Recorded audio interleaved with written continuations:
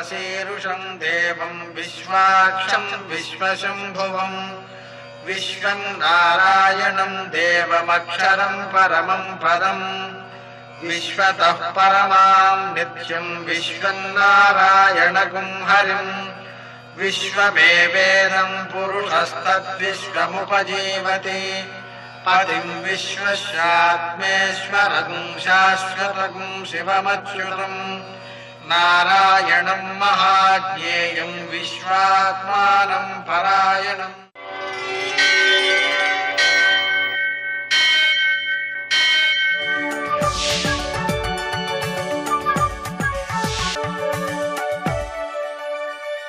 सूर्यशौर्यमथेन्दुरिन्द्रपदवी सन्मङ्गलं मङ्गलम्।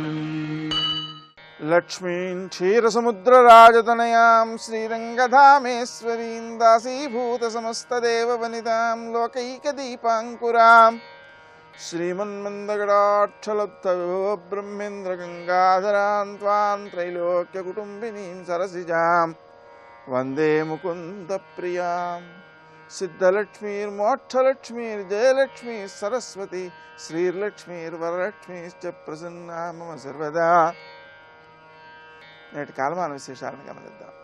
స్వస్తి శ్రీ చాంద్రమాన జయనామ సంవత్సరం ఉత్తరాయణం వసంత ఋతువు వైశాఖ మాసం కృష్ణపక్షం శుక్రవారం. సూర్యోదయం 5:45 సూర్యాస్తమయం 6:40 తిథి దశమి రాత్రి 2:09 వరకు. నక్షత్రం పూర్వభాద్ర సాయంకాలం 4:59 వరకు. వర్జన్ రాత్రి 2:22 నుంచి 3:56 వరకు. దుర్ముహూర్తం ఉదయం 8:20 నుంచి 9:12 వరకు. మరల మధ్యాహ్నం 12:35 నుంచి 1:30 వరకు. అమృతకాలం ఉదయం 9:16 నుంచి 10:49 వరకు. రాహుకాలం శుక్రవారం కాబట్టి ఉదయం 10:30 నుంచి 12 గంటల వరకు.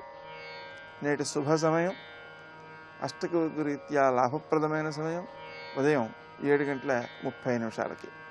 ఈ సమయంలో మనం చేసేటువంటి దానం కానీ, ముఖ్యమైనటువంటి కార్యక్రమాలు కానీ, సంతకాలు కానీ, దైవారాధన కానీ, సత్సంకల్పాలు కానీ అన్నీ కూడా సత్ఫలితాలనే అందజేస్తాయి. నేటి విశేషం హనుమత్ జయంతి. మనకు చైత్రంలో చేసేటువంటి విధానం ఒకటి ఉంది, ఈ సమయంలో చేసే విధానం మరొకటి ఉంది. కారణాలు ఏమిటి అంటే దీనికి పెద్దలు చెప్పేటువంటి సరి అయిన సమాధానం. ఇప్పటికి ఎన్నో కల్పాలు నడిచినాయి. వేరువేరు కల్పాలలో జరిగినటువంటి సంఘటనలుగా వీటిని అభివర్ణిస్తారు. అంటే ఒక కల్పంలో చైత్రంలో వచ్చింది హనుమంతుడు పుట్టినరోజు, ఇంకొక కల్పంలో ఈ వైశాఖంలో వచ్చింది అనే సమన్వయాన్ని చేస్తుంటారు. హనుమత్ జయంతి నాడు మనం హనుమంతుడిని పూజ చేసుకోవడం చాలా మంచిది, ఆయన అనుసరించడం చాలా మంచిది. అసాధ్య సాధక స్వామి అసాధ్యంతవ కిం వద రామదూత దయా సింధో మత్కార్యం సాధయ ప్రభో. అసాధ్య సాధనమైనటువంటి ఆ శంకరుని యొక్క అవతారమైనటువంటి, అలాగే మరుత్తు అంటే వాయువు యొక్క శక్తిని పొంది పుట్టినటువంటి రామ భక్తుడైనటువంటి, అంటే ఇవన్నీ చూస్తే ఏమవుతుంది, సకల దేవతా శక్తులు ఆయనకి సంక్రమించాయి. ఆ దేవతలందరూ కూడా వరాలు ఇచ్చారు. అటువంటి సకల దేవతా స్వరూపుడుగా మనం ఆ హనుమంతుడిని పూజించడం ద్వారా, ఆరాధించడం ద్వారా, ధ్యానించడం ద్వారా బుద్ధి బలం యశోధైర్యం నిర్భయత్వం అరోగిత అజాడ్యం వాక్పటుత్వంచ ఇవన్నీ కూడా ఆ హనుమంతుని యొక్క స్మరణ వల్ల సిద్ధిస్తుంటాయి. నేటి ఆణిముత్యాలు.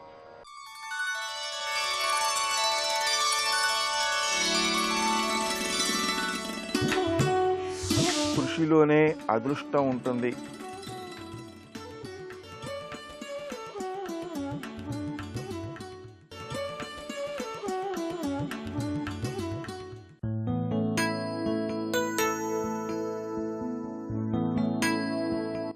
ఓ ఆనందం, ఓ విషాదం, ఏది జరిగినా కర్మ అనుకుంటారు అందరూ.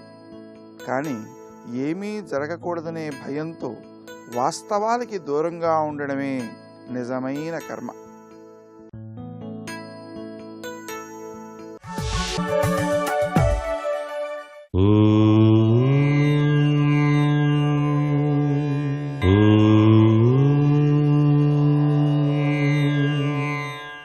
ఓం నమో నారాయణాయ. ఓం నమ శివాయ. శ్రీమాత్రే నమః. స్త్రీలకు సౌభాగ్యతత్వాన్ని ప్రసాదించేది కామేశ్వరీదేవి.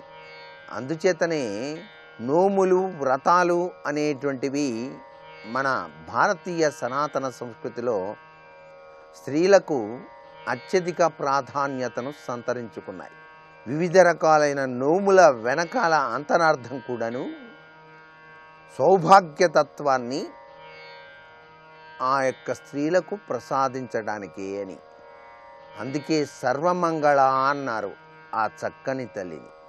సర్వమంగళ తత్వంలో విరాజిల్లేటువంటి ఆ లలితా పరమేశ్వరిని నిత్యం కూడాను లలితా పారాయణ తత్వంలో ఆరాధన చేయటమే కాకుండా 10 మంది స్త్రీలను గౌరవిస్తూ వారికి కుంకుమ, పసుపు ఇత్యాది సుమంగళ ద్రవ్యాలను వారికి పంచిపెడుతూ వివిధ రకాలైనటువంటి నోముల వెనకాల దాగిన పరమార్థ లక్షణం కూడాను ఆ చక్కని తల్లిని ఆరాధన చేయటంలో దాగినటువంటి విశిష్ట సంప్రదాయం.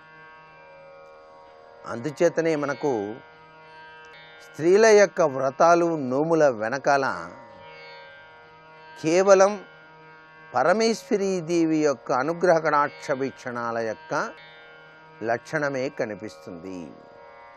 అందుకే ఆ తల్లిని దేహి సౌభాగ్యమారోగ్యం, దేహి దేవి పరం సుఖం, రూపం దేహి జయం దేహి, యశోదేహి ద్విషోజహి అని చెప్పేసి ఆరాధన చేస్తూ ఉన్నాం. అమ్మా, నీవు సౌభాగ్యాన్ని, అన్ని రకాల సంపదల్ని ప్రసాదించవలసింది అని ప్రార్థన చేస్తాం. సర్వే జనా సుఖినో భవంతు.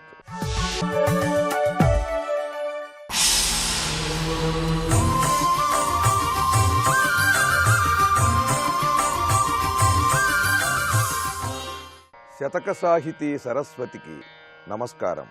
స్వల్పం వైనను దానమిచ్చునెడ, నిస్వార్థంబుతో సిగ్గుతో జల్పంబుల్ వచియింపకుండగా, రహస్యం బొప్పగా దైవ సంకల్పం బంచును ఎంచువాడు, కలిలో కళ్యాణముల్ పొందు వాడల్పుండైనను మోక్షముందు కదా. గాయత్రి త్రిసంధ్యాసతి. ఓ గాయత్రీదేవి, ఎవరికైనా సహాయం చేయవలసిన పరిస్థితి వస్తే దానం ఇచ్చేటువంటి పరిస్థితిలోనూ స్వల్పం వైనను, అది చాలా చిన్న సహాయమే కావచ్చు, అది కొద్దిపాటి దానమే కావచ్చు, ఆ చేసే దానం ఎలా చేయాలంటే నిస్వార్థంబుతో, ఏ రకమైనటువంటి స్వార్థము లేకుండా, వారికి ఇప్పుడు చేసిన సహాయానికి తిరిగి వారు మళ్ళీ మనకి ఇంకో రకంగా ఉపయోగపడతారు అనే భావం లేకుండా, వారిని ఉపయోగించుకోవాలి అనే ఆలోచన లేకుండా నిస్వార్థంబుతో, సిగ్గుతో, చాలా సిగ్గుపడుతూ దానం చెయ్యాలి. వీరికి ఇంతకంటే చేయలేకపోతున్నానే అనే భావం కలిగి ఉండి నిస్వార్థంతో, అది స్వల్పమైనా సరే దానం ఆ విధంగా చెయ్యాలి. స్వల్పం వైనను దానమిచ్చునెడ, నిస్వార్థంబుతో సిగ్గుతో జల్పంబుల్ వచియింపకుండగా, అనవసరమైనటువంటి విషయాలు మాట్లాడకుండా, నేను అది చేస్తాను, ఇది చేస్తాను, ఇంకా చెయ్యాలనుకున్నాను, ఇదిగో ఈసారికి ఇది తీసుకోండి, రేపు మళ్ళీ ఇంకో రకంగా నాకు ఆ విషయంలో లాభం వస్తే మా వ్యాపారంలో మళ్ళీ నీకు ఇంకా చేస్తాను అని అనేక విషయాలు మాట్లాడకుండా మౌనంగా నిస్వార్థంతో సిగ్గుపడుతూ రహస్యం గొప్పగా చాలా రహస్యంగా చేయాలి. బహిరంగంగా అందరికీ తెలిసే విధంగా చేయకూడదు. రహస్యం గొప్పగా దైవ సంకల్పం బంచును. ఈ వ్యక్తి నన్ను వచ్చి సహాయం అడగటం ఆ పరమేశ్వరుడి సంకల్పం. ఆయన నాకు గొప్ప అవకాశం ఇస్తున్నాడు. ఈ వ్యక్తికి చేసే ఈ చిన్న సహాయం ఆ పరమేశ్వరుడు నన్ను పరీక్షించటానికి ఏర్పాటు చేసిందే తప్ప నిజంగా ఈ వ్యక్తికి కావలసి నా దగ్గరికి రాలేదు. ఆ వ్యక్తికి నిజంగా అవసరమైతే భగవంతుడు నన్ను ఆ వ్యక్తిని సృష్టించిన వాడు అతని కోరికలు తీర్చలేడా? ఈపాటి సహాయం తానే ఇంకొక రూపంలో చేయలేడా? నా దగ్గరికే ఈ వ్యక్తి రావాలా అని భావన చేస్తూ, ఇది పరమేశ్వరుడి సంకల్పం, నాకు ఈ అవకాశం ఇచ్చాడు, ఈ వ్యక్తిని పంపించి దానం చేసేటువంటి అవకాశాన్ని నాకు కలిగించాడు అనే భావంతో దైవ సంకల్పం వంచును ఎంచువాడు, ఈ విధంగా భావించేవాడు కలిలో, ఈ కలియుగంలో కళ్యాణముల్ పొందు, ఎన్నెన్నో శుభాలను పొందుతాడు. వాడల్పుండైనను మోక్షముందు కదా.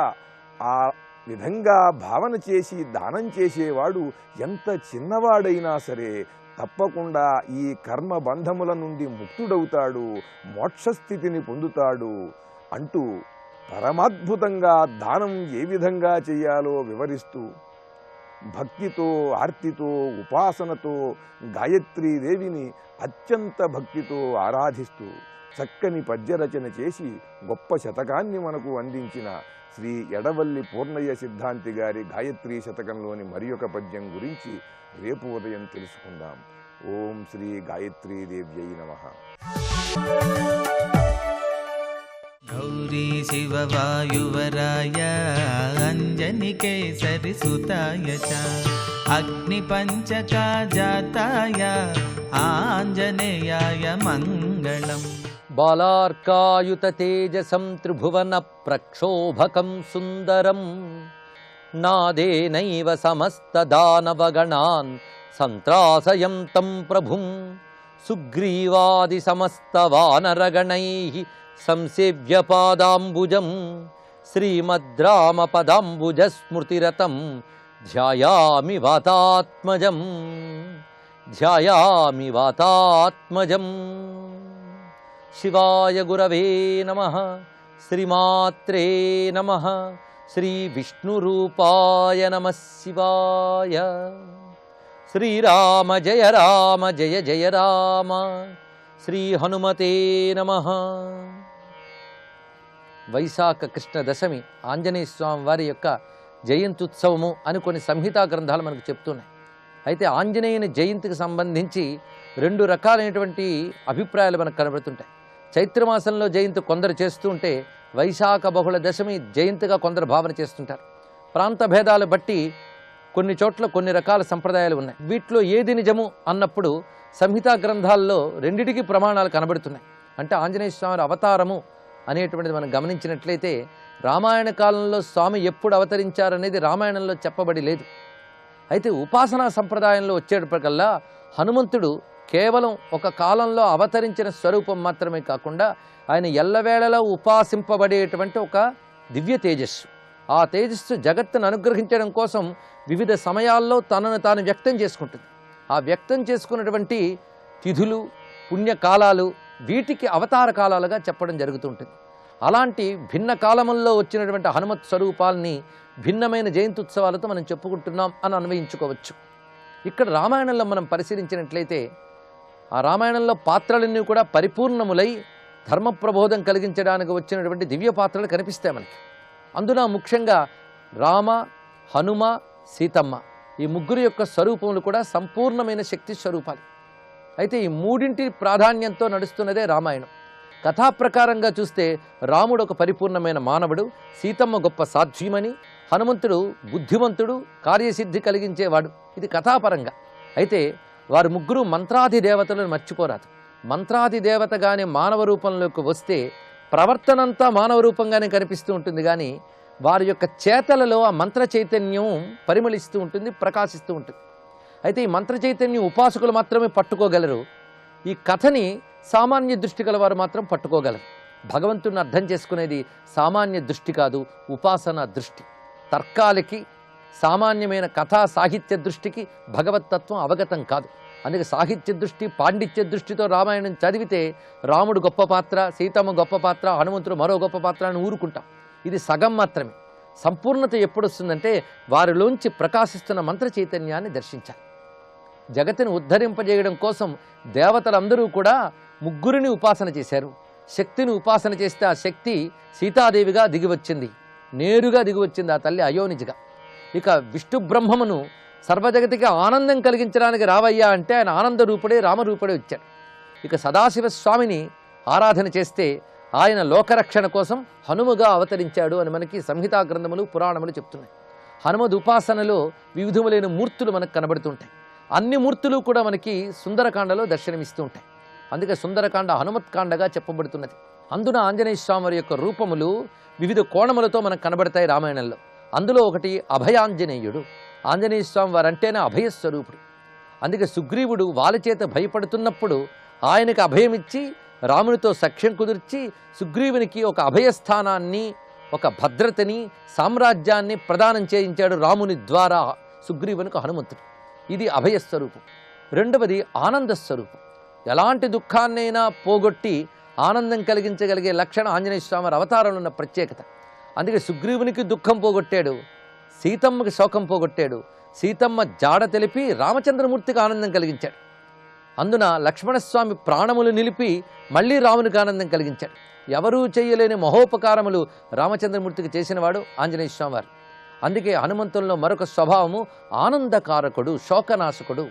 కనుకనే అభయాంజనేయుడు, ఆనందాంజనేయుడు రెండు కోణములు. మూడవది దాసాంజనేయుడు. మనకు దాసాంజనేయ నామంతో కొన్ని చోట్ల ప్రత్యేకమైన ఆలయాలు కూడా ఉన్నాయి. దాసాంజనేయ భంగిమ ఎప్పుడు కూడా నమస్కార భంగిమలో ఉంటుంది. ఇప్పుడు ఎవరికి నమస్కరిస్తున్నాడు ఆంజనేయ స్వామి అని మనకు అనిపిస్తుంటుంది. ఆయన ఎవరికి నమస్కరిస్తారు? రామచంద్రమూర్తికి నమస్కరిస్తారు. అయితే మనం భంగిమలో చూస్తూ ఉంటే అందరికీ నమస్కరిస్తున్నట్టు కనబడుతుంది. అంటే సర్వము రామమయంగా చూస్తున్న మహానుభావుడు కనుక సర్వమునకు నమస్కారం చేస్తున్నాడు రామచంద్ర భావనతో అని భావించవచ్చు. పైగా ఈ దాసాంజనేయ భావం కూడా మనకి రామాయణంలోనే కనబడుతున్నది. జయసిద్ధి మంత్రంలోనే ఈ ధ్వని మనకున్నది.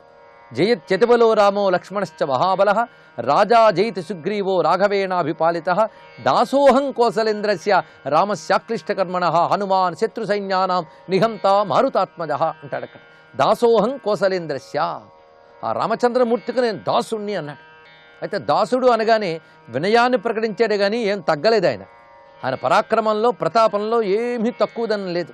అందుకే స్వామి ఎలా ప్రకటించారంటే నా రావణ సహస్రమే యుద్ధే ప్రతిఫలం భవేత్, వేల కొలది రావణులైనా నా ముందు నిలబడలేరు అన్నాడు. అంటే ఆ దాసాంజనేయ స్వరూపంలోనే ఒక అద్భుతమైనటువంటి ప్రతాప లక్షణం ఉన్నది.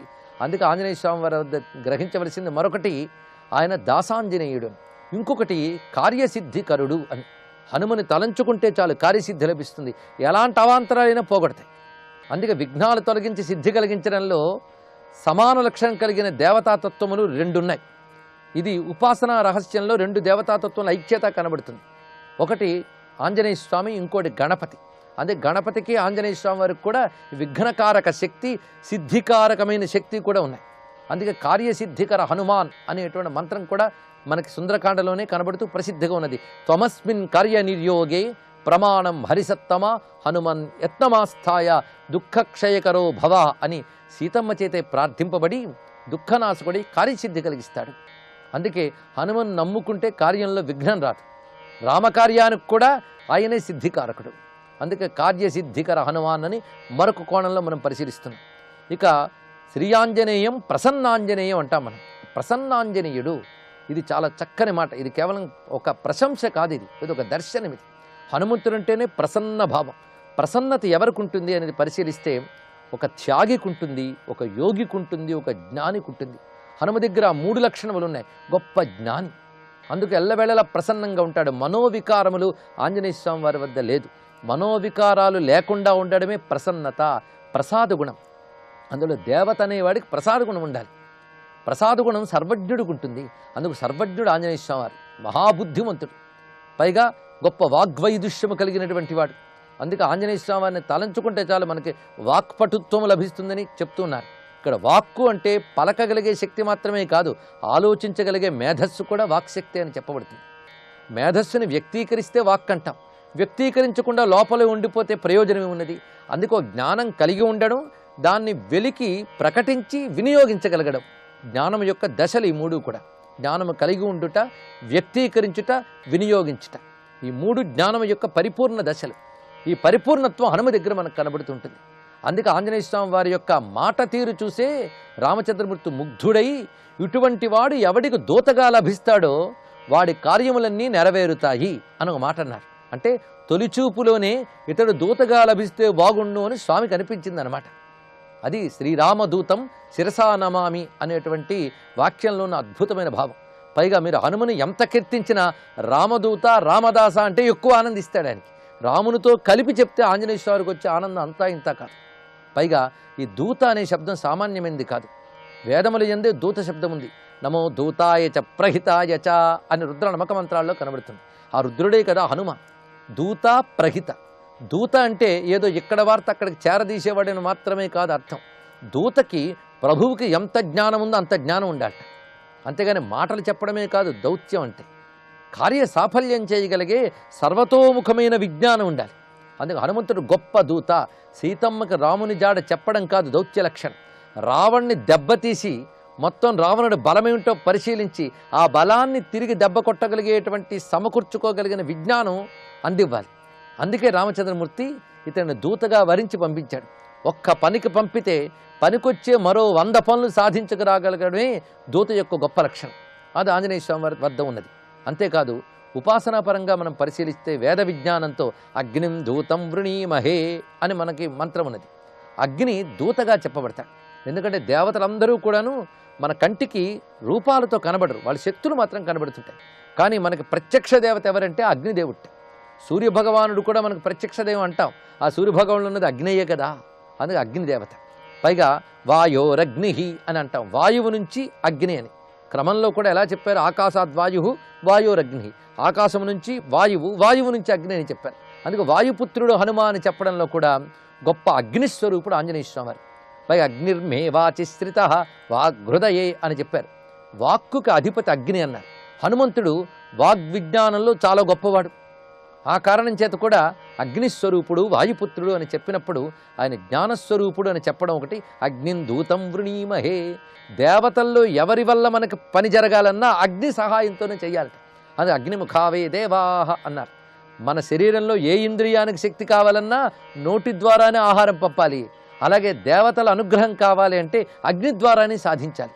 అందుకే అగ్నిహోత్రము ద్వారానే యజ్ఞములు చేసి దేవతల కృప పొందడం మన యొక్క సంస్కృతి.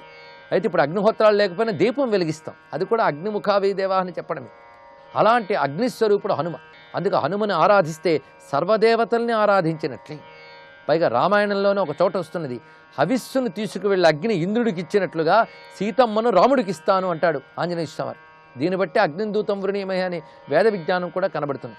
అందుకే ఆ జ్ఞానాగ్నిస్వరూపుడు, యజ్ఞాగ్నిస్వరూపుడు, రుద్రో యయేషదగ్ని అని చెప్పినట్లుగా రుద్ర తేజస్వరూపుడైన ఆంజనేయ స్వామి వారు సర్వదేవతాత్మకుడు. అటువంటి ఆంజనేయ స్వామి వారికి శిరసా నమామి మనసా స్మరామి. సర్వం శ్రీ ఆంజనేయ చరణారవిందార్పణమస్తు.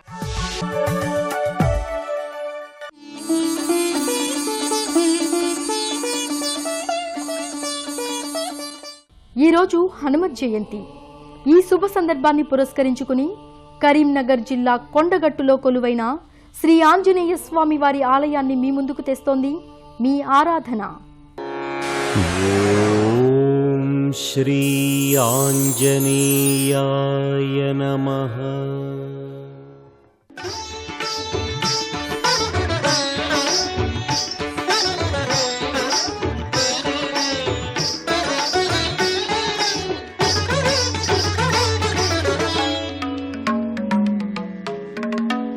శ్రీరామదూతం శిరసా నమామి అంటూ భక్తులందరూ సాగిలపడే దైవం ఆంజనేయ స్వామి.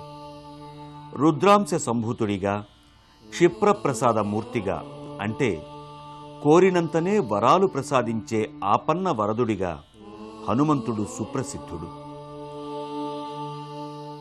రామాయణ రత్నమాలకు కొలికి పూసగా మారుతి ప్రకాశించాడు. ఆ స్వామి ఆరాధన సర్వశుభకరం, సకల ఆనందకారకం. ఆంజనేయుడికి ఊరూరా ఆలయాలుంటాయి. అయితే ఆ ఆలయాలన్నింటిలో తలమానికమైన హనుమంతుని సన్నిధానాలు మన రాష్ట్రంలో ఎన్నో ఉన్నాయి. ఆ నేపథ్యంలోనిదే కరీంనగర్ జిల్లాలోని కొండగట్టు క్షేత్రం. కరీంనగర్ పట్టణానికి ఉత్తరాన 35 కిలోమీటర్ల దూరంలో జగిత్యాలకు వెళ్లే మార్గంలో మల్యాల మండలం ముత్యంపేట గ్రామ పంచాయతీ ఉంది. ఈ గ్రామ పరిధిలో కొండగట్టు ఆంజనేయ క్షేత్రం విరాజిల్లి ఉంది. ప్రాకృతిక రమణీయమైన ప్రదేశంలో ఉన్న కొండపై స్వామి స్వయం వ్యక్తమయ్యాడు. భక్తులు ఇక్కడి ప్రశాంత వాతావరణానికి ముగ్ధులవుతారు, భక్తి పారవశ్యానికి లోనవుతారు. సువిశాలమైన ఆలయ ప్రాంగణంతో అలరారే ఈ మందిరం వైభవోపేతంగా ఆకట్టుకుంటుంది. ఆర్తులు, అభ్యాగతులు, వేదనామయ మనస్కులు, స్వామి అభయాన్ని పొందిన భక్తులు ఇలా ఎందరో స్వామి దర్శనం కోసం తరలి వస్తూ ఉంటారు. 5 అంతస్తులతో కూడిన మహారాజ గోపురం ఆలయ వైభవ ప్రభావాలకు దర్పణం పడుతుంది.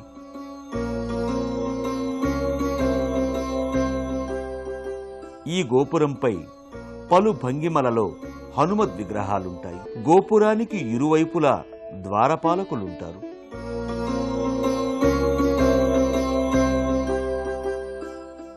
భక్తులు ప్రదక్షిణల అనంతరం ప్రధాన మంటపానికి చేరుకుంటారు. సువిశాలమైన ముఖమంటపంలో భక్తులు బారులు తీరి స్వామి దర్శనానికి తహతహలాడుతుంటారు. గర్భాలయంలో ఆంజనేయ స్వామి మూల విరాట్ మూర్తి నారసింహ వక్త్రంలో విలసిల్లుతోంది. కొండగట్టు అంజన్నను సేవించుకున్న భక్తులకు అభయానందాలు దక్కుతాయని భక్తుల ప్రగాఢ విశ్వాసం. అంజనా గర్భ సంభూత కపీంద్ర సచివోత్తమ రామప్రియ నమస్తుభ్యం హనుమాన్ రక్ష సర్వదా వంటి స్తోత్రాలతో స్వామిని భక్తులు పలు విధాలుగా కీర్తిస్తారు. ఇది సిద్ధిక్షేత్రంగా ప్రసిద్ధి పొందింది. ఈ క్షేత్రం అనాదిగా మహామహిమాన్వితమైనదిగా చెబుతారు. మహర్షుల తపోస్థలిగా ఈ క్షేత్రం ఒకప్పుడు విఖ్యాతి పొందింది. కొండగట్టు ఆంజనేయ ఆదుకోరా, కరుణించు మమ్మేలరా అంటూ భక్తులు స్వామిని వేడుకుంటారు. సాధారణ భక్తులతో పాటు ఈ ఆలయానికి ఎక్కువగా మానసిక శారీరక బాధాగ్రస్తులు, గ్రహ పీడితులు, సంతానార్థులు శ్రీ స్వామివారిని సేవించుకుంటారు. తమ మనోభిష్టాన్ని నెరవేర్చుకుని ధన్యులవుతున్నారు. ఈ క్షేత్రంలో అనాదిగా చాత్తాద శ్రీవైష్ణవ సాంప్రదాయానుసారం ఆరాధన, పూజాది యజ్ఞయాగాలు జరుగుతూ ఉంటాయి. ఆంజనేయ స్వామి ఆలయానికి దక్షిణ భాగంలో శ్రీ వెంకటేశ్వర స్వామి ఉభయ దేవేరులతో ఉత్సవమూర్తుల రూపంలో వేంచేసి ఉంటారు. శ్రీవారి సన్నిధిలో సాలగ్రామాలు నిత్య పూజలందుకుంటాయి. ప్రధాన ఉత్సవమూర్తులకు దిగువ భాగంలో మరికొన్ని ఉత్సవ బేరాలుంటాయి. ఇక్కడే ఆళ్వార్ల ప్రతిమలు నిత్య పూజలందుకుంటాయి. ఆంజనేయ సన్నిధికి ఉత్తర భాగంలో జగన్మాత సన్నిధి ఉంటుంది. అమ్మవారు స్వయం వ్యక్తమై నిత్య పూజాధికాలందుకుంటోంది. కాళికామాత రూపంలో ఉన్న జగదీశ్వరిని ఒకప్పుడు శ్రీలక్ష్మిగా, శ్రీ సరస్వతిగా కూడా పూజించారనడానికి ఇక్కడ ఆధారాలున్నాయి.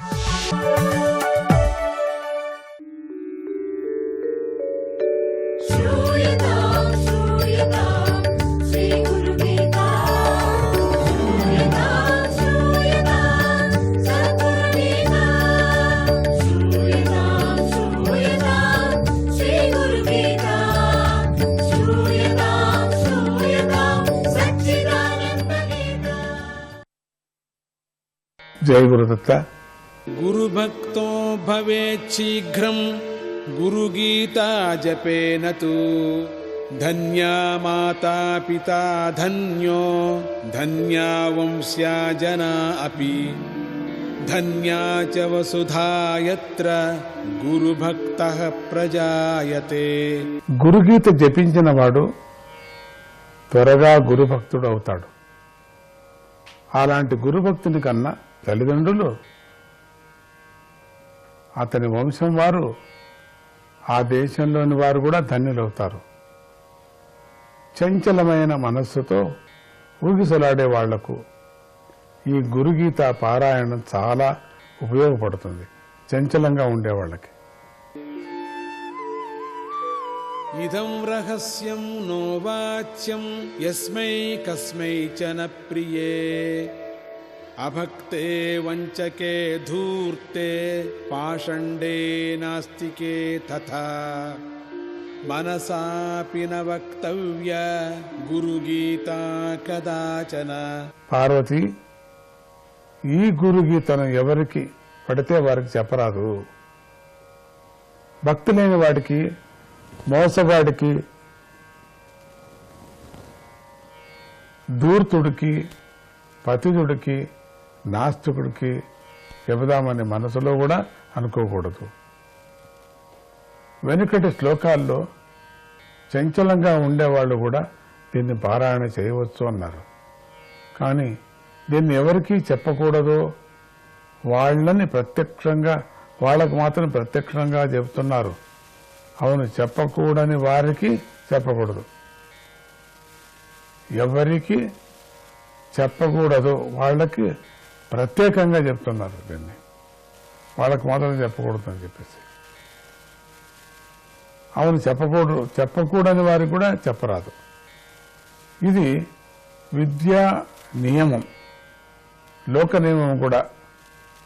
ఆకలి లేని వారికి అన్నం పెట్టకూడదు. చాలామందికి మంచి వాద్యాలు నేర్చుకోవాలని ఉంటుంది వాళ్ళకి. వాళ్ళ ఊరికి వాళ్ళకి ఇంట్రెస్ట్ లేకపోయినా కూడా వాళ్ళ తల మీద రుద్దితే రాదు అది. వాళ్ళు ఏమన్నా భోజనం చేసిన భోజన ప్రియులు కాబట్టి వాళ్ళకి భోజన ప్రియం, వస్త్ర ప్రియులు, డబ్బుల ప్రియులు కావాలంతే. మంచి జ్ఞానం అక్కర్లేదు వాళ్ళకి.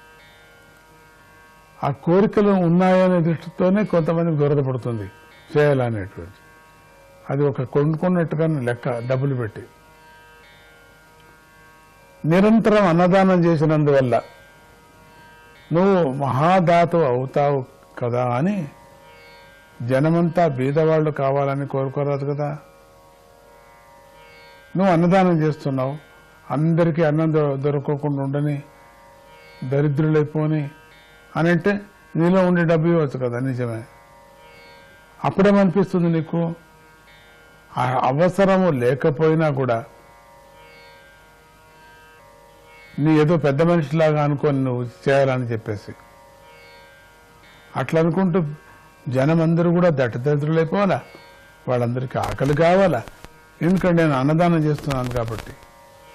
అట్లా ఆ విధమైనటువంటి కోరుకొని ఆ కోరికను కోరుకోకూడదు. అలాగే నువ్వు గురువు కావటం కోసం ప్రతి వాడికి ఉపదేశాలు చేయకూడదు. ఇష్టపడిన వాళ్ళకంతా ఉపదేశం చేస్తూ ఉంటారు, అది కూడా తప్పే. కానీ మీ స్వామీజీ అనర్హుల్ని కూడా వదిలిపెట్టాడు, అందరినీ తీసుకుంటాడు. వాళ్ళను అర్హులుగా చేసి వాళ్లకు ఉపదేశిస్తారు. జై గురుదత్త.